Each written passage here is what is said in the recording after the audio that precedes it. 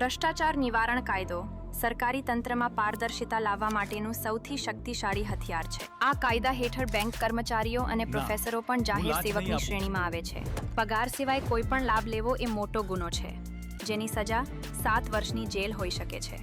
વો મજબૂરીમાં લાંચ આપવી પડે તો 7 દિવસમાં જાણ કરવાથી કાયદો તમને રક્ષણ પૂરું પાડે છે। એન્ટી કરપ્શન બ્યુરો સક્રિય છે। ગેરકાયદે સંપત્તિ બનાવનારને 10 વર્ષ સુધીની જેલ થઈ શકે છે। એવા એક નિષ્ઠાવાન અને પ્રમાણિક કર્મચારી એટલે અતુલકુમાર અઢિયા, જેમના દ્વારા આ ભ્રષ્ટાચાર નિવારણ કાયદા 1988 સંબંધિત આ રીલ બનાવવામાં આવેલ છે।